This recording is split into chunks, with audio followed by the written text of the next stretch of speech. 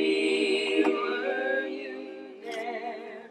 Were you there when they nailed him to the tree? Were you there? Oh,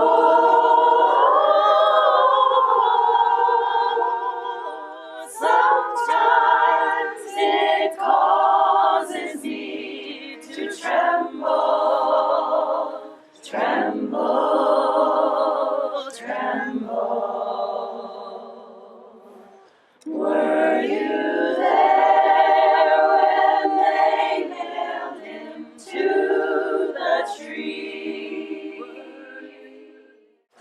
Thanks, that was very moving and appropriate, and as always, it's just so special to be here. You know, time in this world, this had an effect on the whole world, what happened in this place. And time is measured by this man, by this, we know him as Jesus the Christ and the Messiah, but all calendars are measured by him. All time is measured by him. The Jews have their own calendar, but they can't really function by that calendar because the rest of the world is measuring time by this event, by the birth and the death and the resurrection. We celebrate the resurrection, but especially the birth of this man and his death. So sometimes we don't understand the impact that these events have had on the world. But right now, of course, we're at the Garden Tomb. And Friday was the worst day in human history. The Friday that Jesus was crucified. And we looked a little bit at that with Mary Magdalene and the women who were surrounding the cross, and we're going to go to Gethsemane, where Jesus prepared for that day. But that was absolutely the most horrific day in the history of mankind.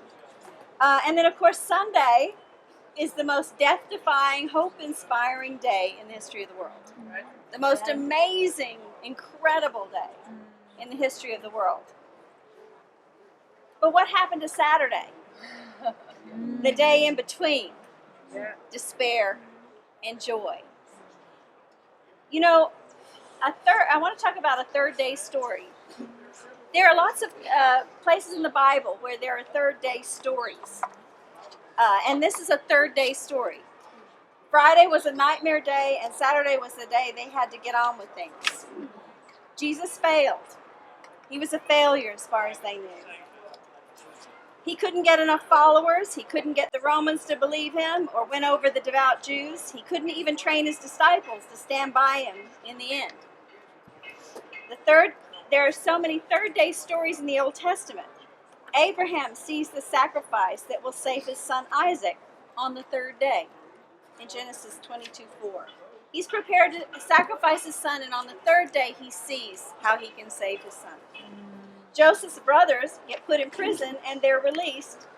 They get their freedom on the third day in Genesis 42:18. Rahab told the spies to hide and they would be safe on the third day. Esther fasts and prays, and on the third day, the king receives her favorably. And if you go through their Bible, there are even more than this, but there's something significant about the third day stories. Hosea, and can somebody read for me Hosea, chapter 6, verse 1 and 2? It talks about the third day. Anybody found it? See the reference? Hosea 6, verse 1 and 2. Come, let us return to the Lord. He has torn us to pieces, but he will heal us. He has injured us, but he will bind up our wounds. After 2 days, he will revive us. On the third day, he will restore us, that we may live in his presence. Let us acknowledge the Lord. Let us press on to acknowledge him. As surely as the sun rises, he will appear. He will come to us like the winter rains, like the spring rains that water the earth. In the first day, there's trouble. The third day is deliverance. But the problem with third day stories is you don't know it's a third day story until the third day. Come on, Terry.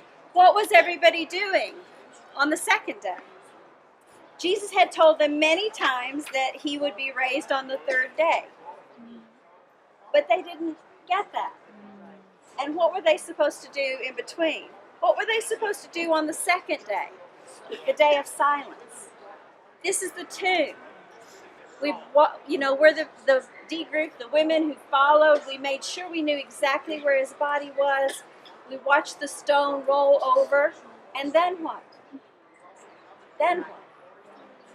You go back home. You celebrate the Sabbath as you always have.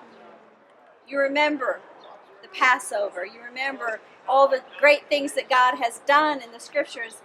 And you feel like this didn't work. What happened here? Where's the great miracle?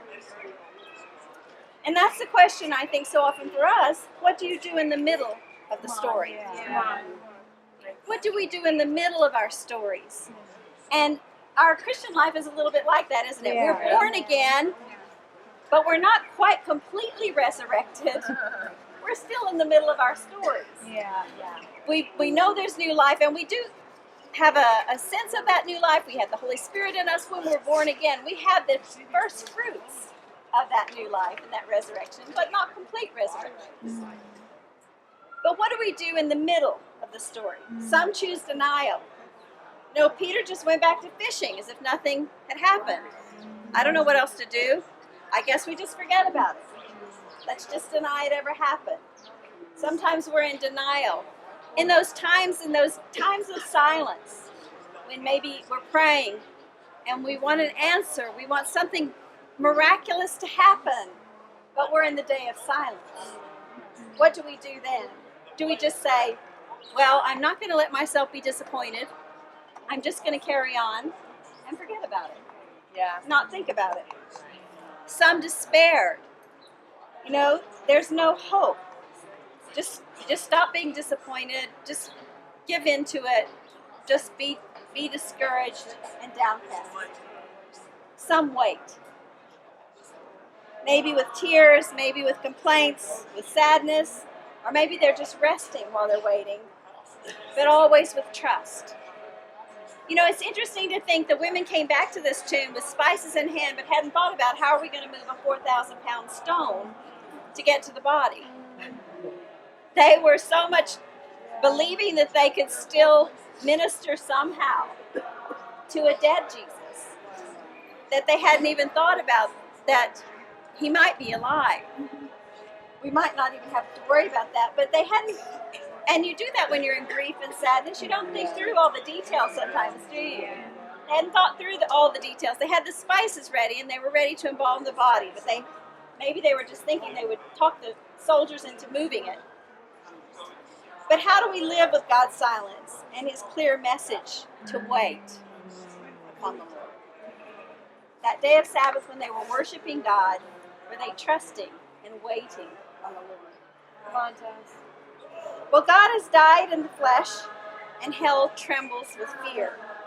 So on Saturday, the angels look down and see God in a tomb. This tomb, perhaps. They see God lying there, dead. The miracle of Saturday is that the eternal Son of God is dead. He's died. He did become human like me and like you, and he died just like me and like you. He was a human, and even he needed help to carry his cross.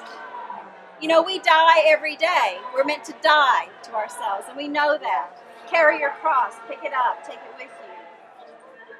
But even Jesus needed help carrying his cross while he was human. Right. We need help carrying our cross while we're human. The miracle of Sunday is that a dead man lives. Jesus Christ defeated death by submitting to it. He defeated death by not fighting it, not fighting against it, but submitting to it. If you can find this Jesus in the grave, in death, in hell, where will he not turn up? What got released on Sunday when the women arrived was hope. hope that it was all true. He is the Son of God, and he has overcome the final enemy, the undefeatable enemy. He's overcome death. And I just want to read Matthew 28, verses 1 to 10. We always have serenading going on behind us, don't we? Come on, Terry. Come, Terry. That's okay. Everybody wants to celebrate. After the Sabbath at dawn on the first day of the week, Mary Magdalene and the other Mary went to look at the tomb. There was a violent earthquake, for an angel of the Lord came down from heaven and, going to the tomb, rolled back the stone and sat on it. His appearance was like lightning, and his clothes were white as snow. The guards were so afraid of him that they shook and became like dead men. The angel said to the women, "Do not be afraid, for I know that you are looking for Jesus who was crucified. He is not here. He has risen, just as he said. Come and see the place where he lay. Then go quickly and tell his disciples, he has risen from the dead and is going ahead of you into Galilee. There you will see him. Now I have told you." So the women hurried away from the tomb, afraid yet filled with joy, and ran to tell his disciples. Suddenly Jesus met them. "Greetings," he said. They came to him, clasped his feet, and worshipped him. Then Jesus said to them, "Do not be afraid. Go and tell my brothers to go to Galilee. There they will see me."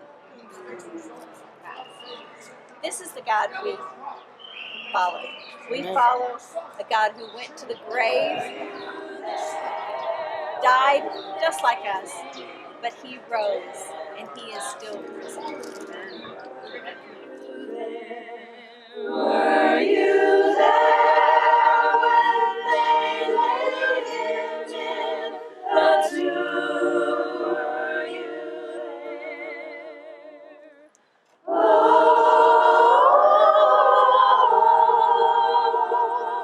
sometimes it causes me to tremble, tremble, tremble. Were you there when they laid him in the tomb? Were you there when he rose to live again? Were you there? Were you there when he rose to live again? Oh,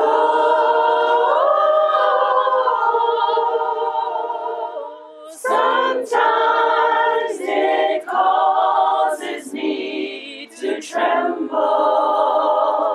tremble, tremble.